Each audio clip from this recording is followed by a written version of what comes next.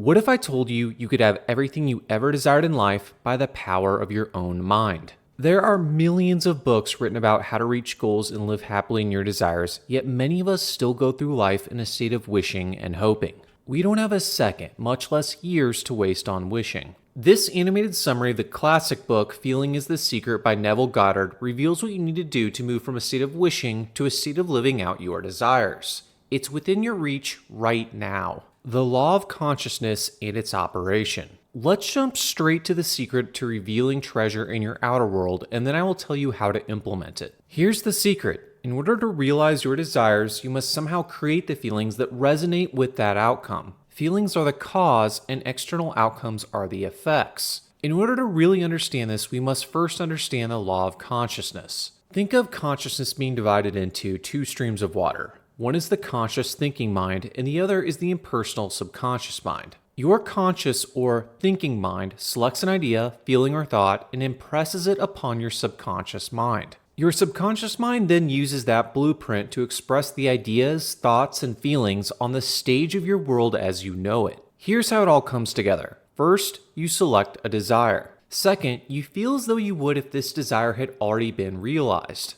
Third, your subconscious mind then accepts these feelings as truth, which changes your core beliefs. Finally, with beliefs of the desired outcomes already being manifested within, you act and create in alignment with the person that is already living that reality. You can't just tell your subconscious things, for they must be conveyed in feelings. When you change your subconscious beliefs, you change your reality. As a warning, you don't want to entertain feelings of fear or think about barriers to your desires, as those will be passed along to your subconscious just as the positive ones are. Guard the gates of your mind and don't think about ideas of failure, barriers, regret, fear, and disappointment. If you can trust this secret, you will see treasures in your outer world by understanding the law of consciousness. You can truly think about things all day long but never get there. By feeling, you can make things happen. If you are ready to give this a try, Neville Goddard outlines 2 strategies to assist you in developing the feelings that will be the cause of your desired outcomes: sleep and prayer. Sleep. Neville suggests using sleep to access the subconscious mind. Prior to sleep, you are more relaxed and suggestible. This state is more conducive for imagining and feeling your desires. This is why Neville Goddard suggests imagining your wish fulfilled right before you drift off to sleep. During sleep, your subconscious mind absorbs the last ideas, thoughts, and feelings from your conscious mind. For example, I imagine myself on a beach watching the sunset with my significant other right before I go to bed. I hold this image of myself being happy and relaxed in the presence of them. I imagine the warm sun on our faces, the sand beneath our feet, and the soft sound of the ocean. As I capture this feeling, I drift off to sleep.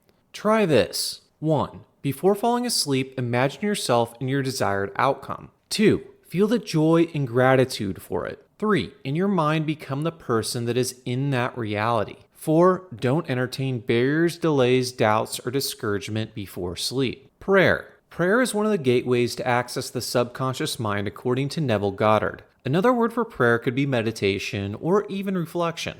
Basically, assuming a state of relaxation in the mind and body creates a more suggestive state. In this state, you can imagine more creatively and impress these feelings on your subconscious mind. Prayer is another way, like sleep, to shut out the senses of the external world and visualize and feel the subjective state imagined. By closing your eyes and going into your mind, you are able to be more receptive to these thoughts, ideas, and feelings. When you have stimuli coming in from the world that makes this desire seem absent, it will be hard to assume this relaxed visualization. This is why shutting out the senses is important to the process. As Goddard said, as the end is accepted, you become totally indifferent as to the possibility of failure. Try this. 1. Find a time in your day that is quiet, peaceful, and free of distractions. 2. Close your eyes and keep a calm but alert state. 3. As you drift into this relaxed state, begin to imagine the outcome of your wish fulfilled. 4. Don't worry about visualizing the how and the when, but just the picturing of your desired outcome. Both sleep and prayer are relaxed states of the mind and body.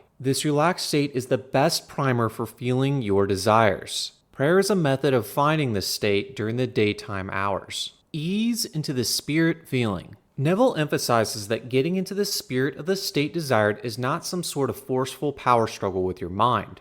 As you capture this feeling or spirit, you can breathe a sigh of relief. Sleep and prayer are ways to effortlessly arrive at this spirit feeling of the wish fulfilled. When you capture the feelings and act from a place of those feelings, your desire will be yours. You don't attract that which you want, but that which you are. As Neville Goddard said, it is natural to do the works of the one you believe yourself to be. Try this. Focus on embodying the feelings and traits of the person you would like to be. Here are some questions to get you started. How would you act towards others? What would you be doing during the day? Who would you be surrounded with? And how would you feel when you woke up? Start to build this image day by day. Feel yourself in that role. The only other option is to force it, which Neville notes is counterintuitive to the law of consciousness. As with most, I was skeptical about implementing this at first, but I also realized what I had been doing wasn't working. The standard of just trying to be positive and happy wasn't cutting it for me. I felt like I was chasing my tail when it came to actualizing what I wanted in life, and I felt stressed doing it.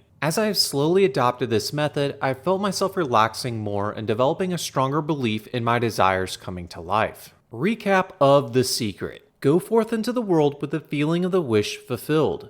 You now have the tools you need to realize your greatest desires. As a recap, first, you have ideas and thoughts of your desired outcome in your conscious mind.